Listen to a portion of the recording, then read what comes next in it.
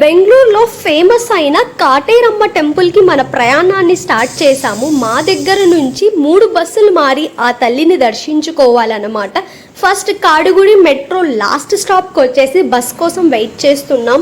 ఇక్కడ హొస్కోటకి వెళ్ళే బస్సెస్ ఉంటాయి. ఆ హొస్కోట బస్సెస్ని ద్వారా మనం వెళ్తే టవర్ బి దగ్గర మనకి ఆ బస్సెస్ని డ్రాప్ చేస్తాయి. అక్కడ స్కై వాక్ దగ్గర మనం వెయిట్ చేస్తే కాటేరమ్మ టెంపుల్ బస్సెస్ ఈ విధంగా ఉంటాయి.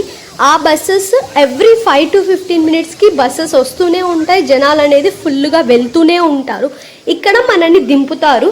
ఇక్కడ దిగేసిన తర్వాత మళ్ళీ వెనకాల ఇంకొక బస్సు పిక్ చేసుకోవడానికి ఉంటూనే ఉంటాయి. మనం లోపలికి దర్శనానికి వెళ్తూ ఇక్కడ నేను తెలుసుకున్న కొన్ని విషయాలు మీతో షేర్ చేసుకుంటాను.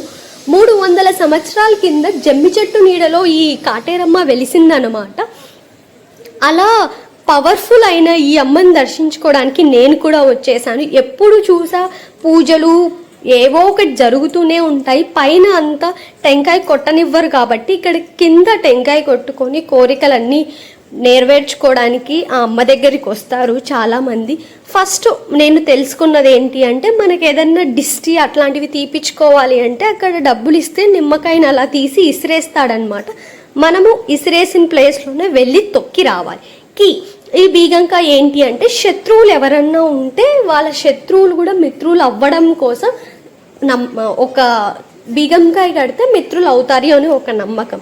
ఇక్కడ వచ్చేసి ఇక్కడ ఇవన్నీ కట్టారు కదా, ఇలా లోపలికి పోతూ ఉంటే కట్టినేటి వస్తూనే ఉన్నాయన్నమాట.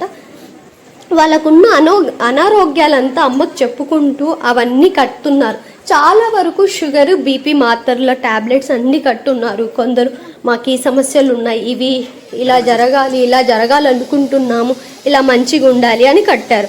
ఇక్కడ ఇంకొకటి మనం ఏదైనా కోరుకొని అక్కడ అంటిస్తే అది నిలబడితే మన కోరిక నెరవేరుతుంది అని. ఇంకొకటి ముడుపులు అన్నమాట.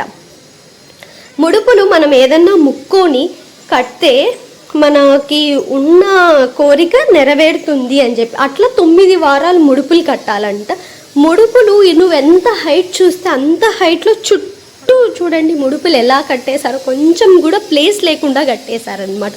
9 వారాలు మీరు ఖచ్చితంగా కడితే ఖచ్చితంగా మీకు కోరుకున్న కోరిక నెరవేరుతుందని అక్కడ చాలామంది చెప్పగా నేను విన్నాను. ఇంకా మనకు మామూలుగా స్ట్రీట్ షాపింగ్ ఎలా ఉంటుందో అలాగే అన్నీ ఉన్నాయి. గుర్రాలు, గోవులు అన్నీ అక్కడ వాళ్ళు వాటిని ఫుడ్ పెట్టుకొని దాని ద్వారా తీసుకుంటున్నారు. ఇలా చాలా ఆచారాలు నేను అక్కడ తెలుసుకున్నాను.